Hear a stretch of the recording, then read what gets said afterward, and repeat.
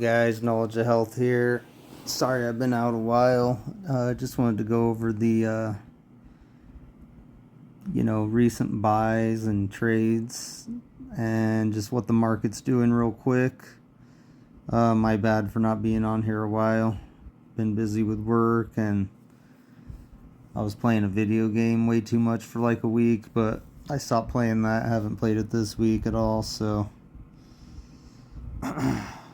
but yeah, overall, the market's been going up. Bitcoin's been going up.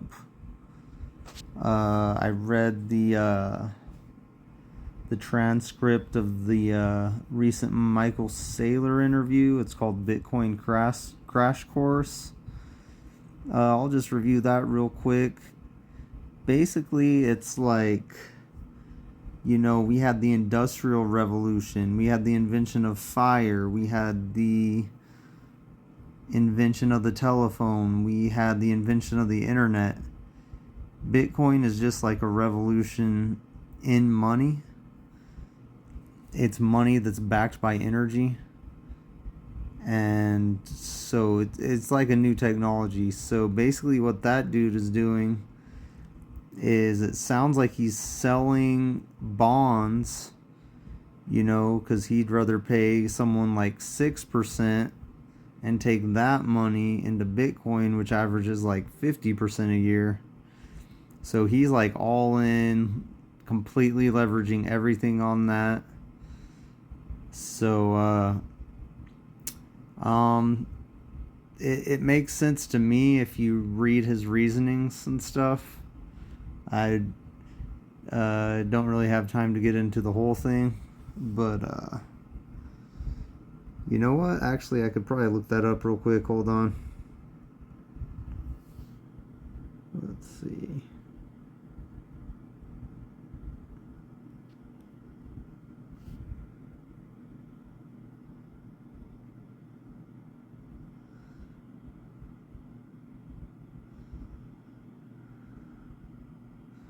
Yeah, just to hit the highlights real quick.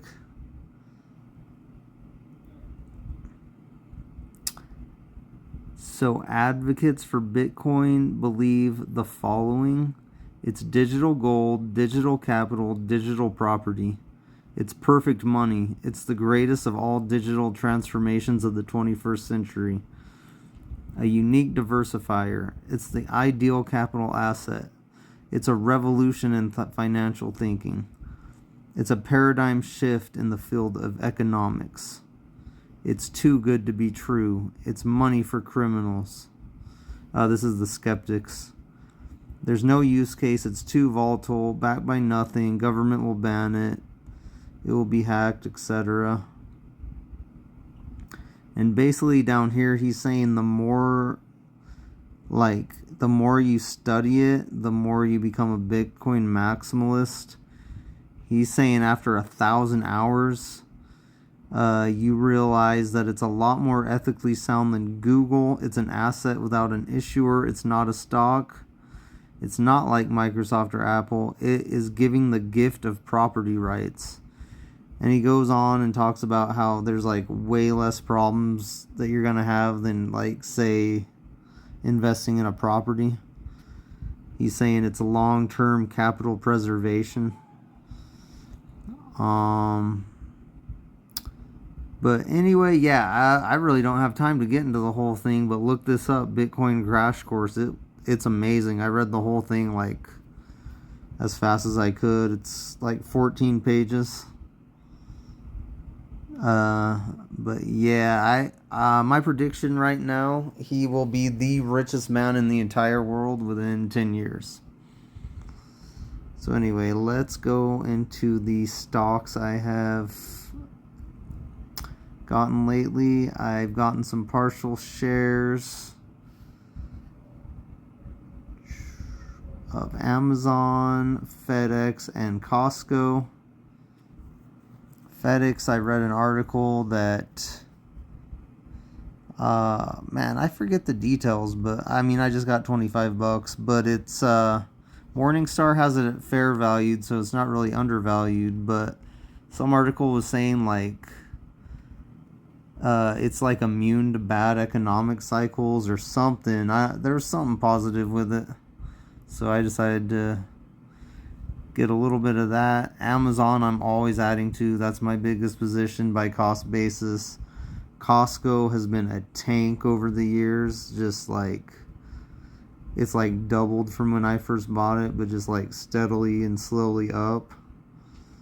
All right, let's check out the charts here real quick. Amazon has had some buying opportunities there on the pullback. Let's see, Costco has had some buying opportunities as of late.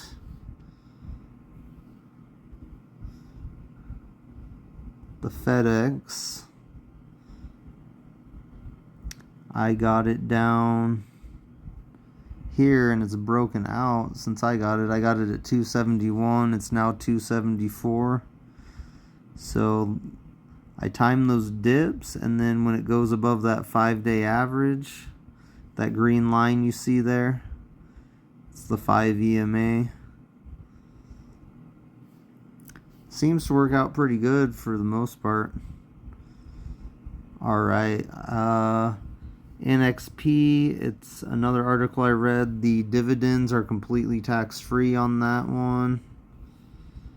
So I'm just trickling a little into that one so far. Testing it out. Let's see.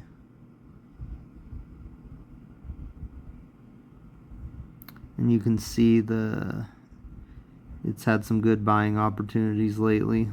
That little dip. RSI working off under the 50 there.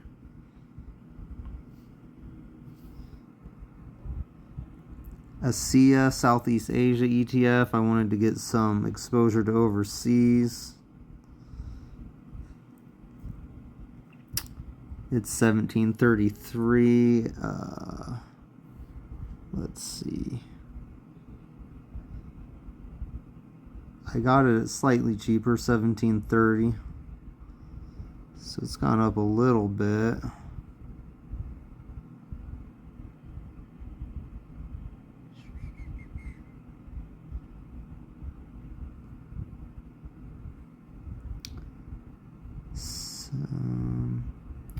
I've been buying some Tesla on the pullback. That's my second largest on cost basis.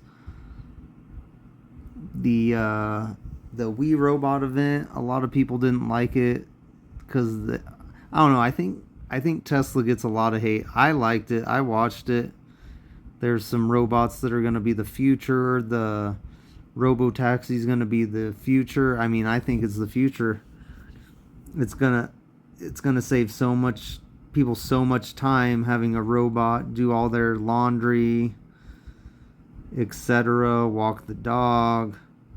Now, can some super evil stuff happen with robots and stuff? Oh, definitely. But I mean, I think it's the future regardless. There's good and bad with it, but I think there's a lot of good use cases for it as well. And again, robo-taxis, it's going to save people a lot of time. Autonomous cars are already proven way safer. So the Tesla thing, it might take a few years to pan out, but I'm really bullish on Tesla. And I think Elon gets a lot of hate because, you know, he's a little, I guess, supportive of Trump, and that's controversial apparently. So I think Tesla gets too much undue hate, honestly, so it's a good time to buy. That's my feeling. Oh yeah, let's check it out. So yeah, I always add a little Tesla on any of the pullbacks for sure. You can see it had a big dip. I don't know, crazy to me.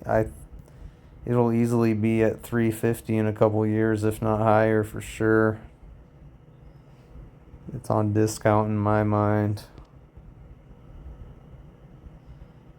TMF is a trade I entered. The triple leveraged 20-year treasury bonds. It's broken down here, as you can see from where I bought it a little bit. Let's see what I bought it at. 51.66. So it popped right away the next day to 53, but now it's back down. My stop loss is down here at about 48.7 is where I'm getting out. If it goes below that, I can trim at $59 and $61 is where the two targets I'm looking at. So it has been there before. It has been there before, so it can easily go back there. So this one's a trade here. Some dividends I got here the other day.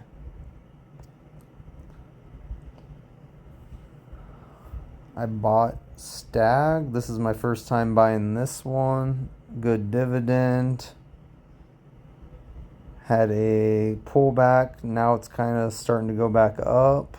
It's at 38.47. I bought it at 37.37. So it's trying to go up and break out here.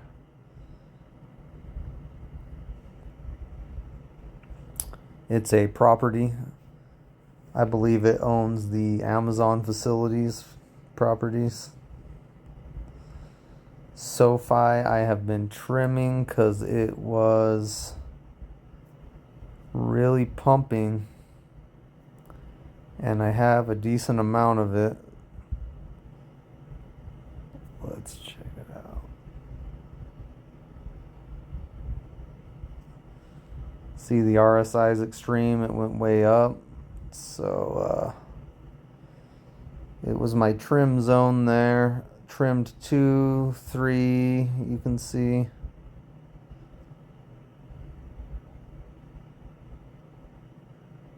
Buying some more SVOL. That's a high dividend payer. Pays a pretty good, like 30% dividend every month.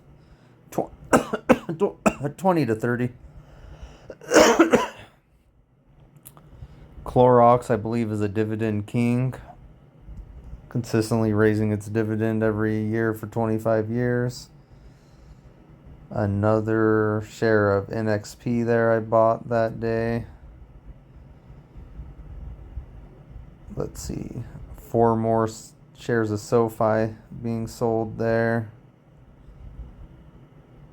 Ford. Let's check Ford. I've been adding to that here. Just a share here, 2 shares there. But it's one I've been adding to lately. This one is undervalued. This one is like 40% undervalued. I go by Morningstar. I've always done well with Ford. You just got to buy it at the right times. That's all with that, but it's undervalued. It's like a no-brainer one, really. 1067, and it's already up here to 11. Yeah, it was a no-brainer, really. I was selling some Uber and buying some more Tesla. Uber went well. On the news that, I guess because Tesla didn't really announce a detailed plan on their robo-taxi service, as people liked, Uber went up. You can see it hit the high RSI, so I sold a little bit at $85. And now it's already back down to 79. So it was a good move. 85. I sold another one at 84. Google is always one I'm looking to add to. Man, they, like I've said before, they got their own Waymo robo-taxi type of stuff. Autonomous driving taxis already up and running.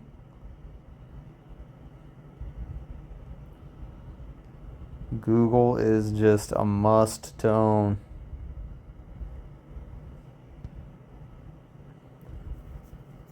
Some more of that Asian ETF here, Southeast Asia, to it's good to have some exposure to foreign overseas stuff. A little bit, not too much, but a little bit. Bought more Ford here, more of the Zivb. Pays an insane dividend. I bought some more Tesla. You know what? I think I'm going backwards in time here. Let's see.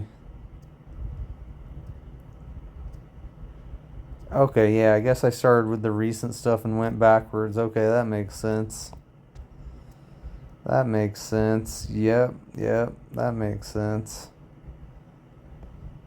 The Zivb. Let's just one last thing. Let's check the dividend on that.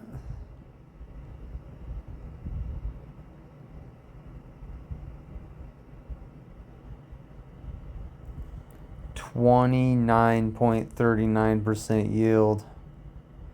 Pays a dividend every month.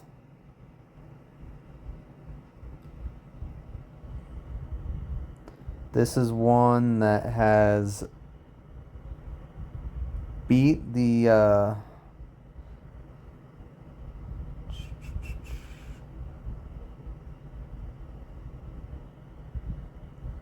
I test stuff against the SCHD because that's like kind of the popular dividend ETF. And as you can see, Zivb's only been around for, looks like about a year and a half, but it's beat the SCHD. Look at that, 16,000. So any stage ones, that's a pickup. Boom. Just keep being relentless with your goals, guys. Just go after it. It's not a game. Let's make some money. Enjoy life. All right, guys. Peace.